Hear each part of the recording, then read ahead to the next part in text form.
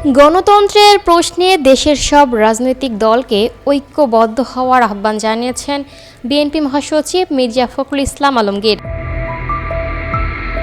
রোববার ১৬ নভেম্বর দুপুরে প্রেস ক্লাবে মৌলানা ভাসানীর মৃত্যুবার্ষিকী উপলক্ষে আলোচনা সভায় তিনি কথা বলেন। বিএনপি মহাসচিব বলেন, দেশের রাজনীতি বিভ্রান্তির মধ্যে আছে। দুর্ভাগ্যক্রমে বর্তমান সময়টা জটিল সংকটে পড়ছে। অন্তর্বর্তী সরকার সবার সমর্থনে এসেছে। রাজনৈতিক কাঠামোতে আনতে চেষ্টা করেছেন ডক্টর মোহাম্মদ ইউনূস, কিন্তু কত দূর তা গেছে তা নিয়ে প্রশ্ন আছে।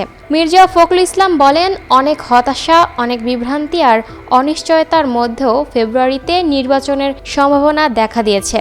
কিন্তু একটি গোষ্ঠী, একটি দল দেশের রাজনীতিতে অনিশ্চয়তা সৃষ্টি করতে চাচ্ছে। এ অবস্থায় বিলম্ব না করে নির্বাচন প্রক্রিয়াকে সমর্থন জানিয়ে জনগণের ইচ্ছার প্রতিফলন ঘটিয়ে তাদের ভোটাধিকার ফিরিয়ে দেওয়ার বিষয়ে রাজনৈতিক দলগুলোর প্রতি আহ্বান জানিয়ে বিএনপি মহাসচিব বলেন, দেশের আইনশৃঙ্খলা পরিস্থিতি ভালো নেই, পরিস্থিতি স্বাভাবিক নয়। দেশে নির্বাচিত সরকার না থাকলে এগুলো সমাধান হবে না, তাই নির্বাচিত সরকার দরকার।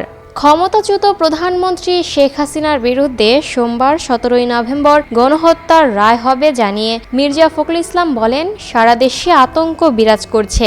একটি মহল এটাকে নিয়ে নৈরাজ্য তৈরিতে পায়তারা করছে। সবাইকে আবার ঐক্যবদ্ধ হতে হবে, দেশের জন্য কাজ করতে হবে। গণতন্ত্রের প্রশ্নে সব রাজনৈতিক দলকে ঐক্যবদ্ধ হতে হবে।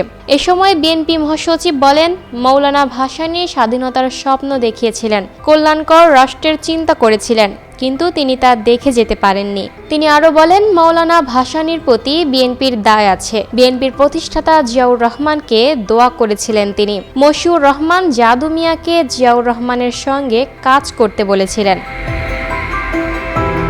Lucky Akter, up to date news, Dhaka.